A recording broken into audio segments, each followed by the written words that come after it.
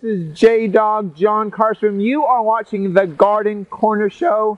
It is the show that is most passionate about almost everything gardening. And I say almost because we don't know everything there is. We are very real, and sometimes that's the big problem. Hey, you are watching, this is probably Christmas Eve. I'm here with Mr. Dave. Mr. Dave, how are you? Doing great, John. Doing good. He's a little bit cold, and we're rushing off, so we want to get this video out to you. Are we getting it out on Christmas Eve? Yeah. Okay, we scheduled to go Christmas Eve. If you are watching this, and it is Christmas Eve, you and I got to talk. We've got some issues. I like your kind.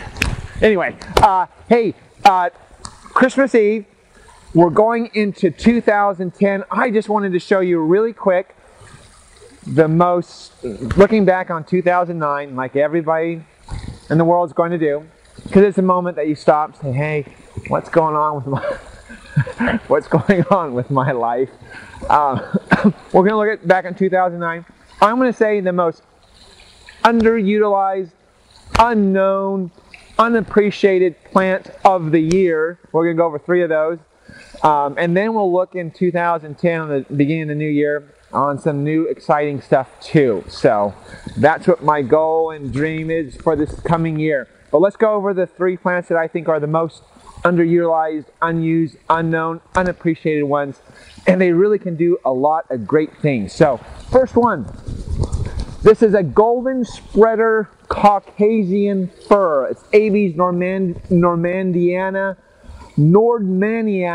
golden spreader. And what this one is, it's very unknown, is that as you can see, it just turns very, very golden, very, very golden as the winter progresses.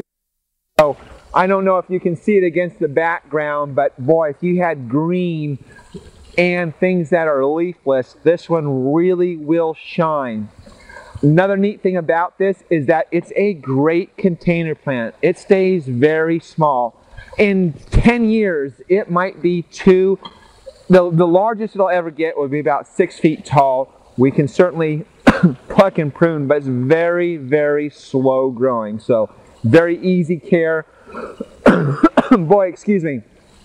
Can take the sun. It can take a little bit of shade as well. But anyway, a golden spreader Caucasian fir.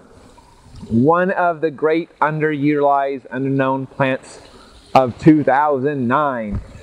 Another one here. And I pulled this one out just because of that frost on it too.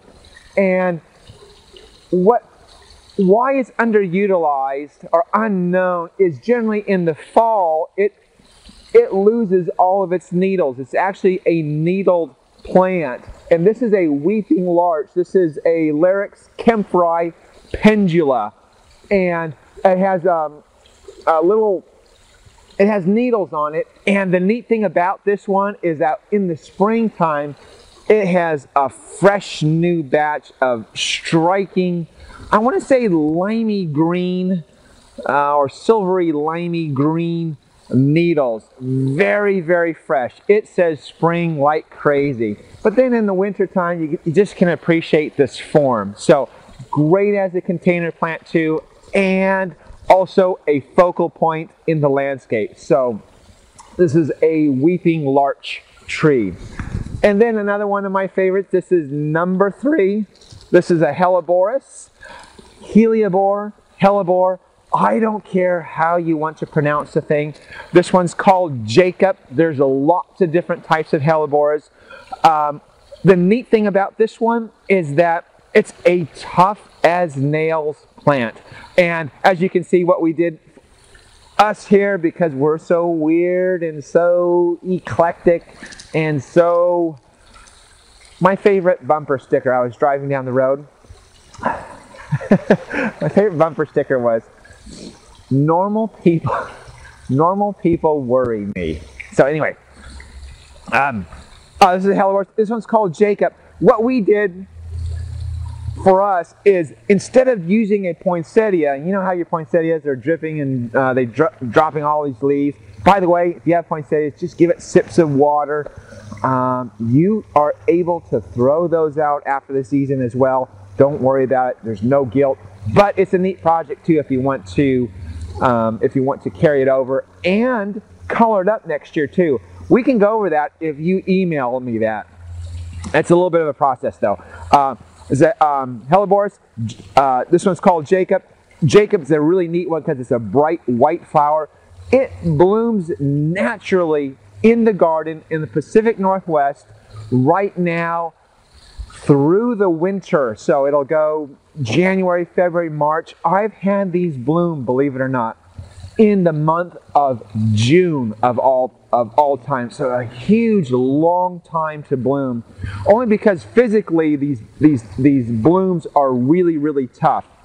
Neat thing too about this plant is that as it gets larger and grows older, it has more blooms. So it's a neat thing in the grays and browns of winter to have this just come up and just be tough as nails. It does like to sit in the afternoon shade. So if you have underneath firs, underneath trees, really a tough environment, Hellebore might be a great plant for you. Anyway, that is the show for today. I hope that helps, of course. That's the reason why I do want to give you the quote of the day. Are you ready for this? Are you ready, Mr. Dave? I can't wait. He can't wait. He's got to get the heck out of here. Anyway, the quote of the day is, experience is that marvelous thing that enables you to recognize a mistake when you make it again. Thank you very much, Franklin P. Jones. That's the show for the day. Live your passion. See me right out of the sun.